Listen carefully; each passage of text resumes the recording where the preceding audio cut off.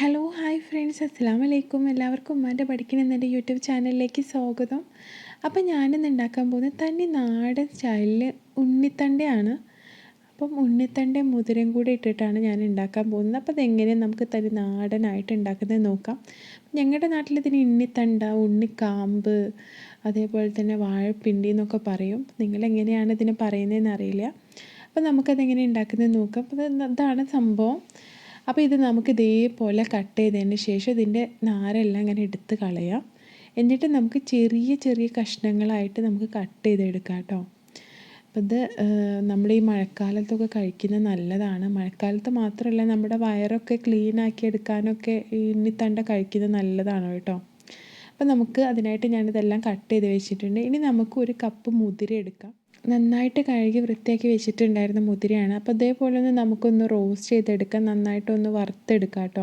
അപ്പോൾ അതിൻ്റെ സൈസൊക്കെ ഒന്ന് ചുരുങ്ങി നല്ലൊരു സ്മെല്ലൊക്കെ വന്നു തുടങ്ങും മുതിരയുടെ. അപ്പോൾ അതിന് ശേഷം നമുക്കിതൊന്ന് കുക്കറിൽ കുറച്ച് വെള്ളം ഒഴിച്ചിട്ടൊന്ന് വേവിച്ച് കൊടുക്കാം. കുക്കറിനകത്ത് 4 വിസിലോട് കൂടിയിട്ടാണ് കേട്ടോ ഞാൻ വേവിച്ച് വെച്ചിട്ടുള്ളത്. അപ്പോൾ ഇതിലേക്ക് ഞാൻ ഉണ്ണിത്തണ്ട കട്ട് ചെയ്തും കൂടെ ചേർത്ത് കൊടുത്തിട്ട് ഇതേപോലെ നന്നായിട്ട് മിക്സ് ചെയ്യുന്നുണ്ട്. ഇതിനകത്ത് വെള്ളമൊന്നും ഒഴിക്കാതെ തന്നെ ആവശ്യത്തിന് ഉപ്പ് ചേർത്തിട്ട് നമുക്കിത് അടച്ച് വെച്ചിട്ട് ഒന്നുകൂടെ ഒന്ന് വിസിലെടുത്തിട്ട് വയ്ക്കാം.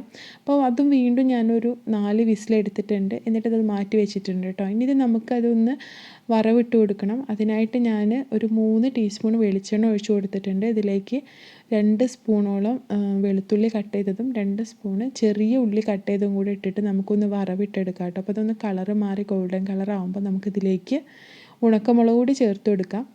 കറിവേപ്പിലയും ചേർത്ത് കൊടുത്തിട്ട് ഒന്ന് ഇതേപോലെ ഒന്ന് നമുക്കൊന്ന് വറുത്തെടുക്കാം.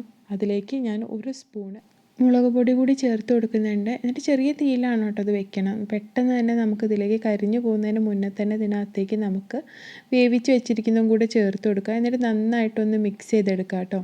ഈ സമയത്ത് നമ്മൾ ഉപ്പൊക്കെ ഒന്ന് ചെക്ക് ചെയ്യുക. ഉപ്പൊക്കെ കുറവുണ്ടെന്നുണ്ടെങ്കിൽ കുറച്ചൊന്ന് ആഡ് ചെയ്ത് കൊടുക്കുക. അതിൽ വെള്ളം ഉണ്ടെന്നുണ്ടെങ്കിൽ അതൊന്ന് നമുക്ക് വറ്റിച്ചെടുക്കാം.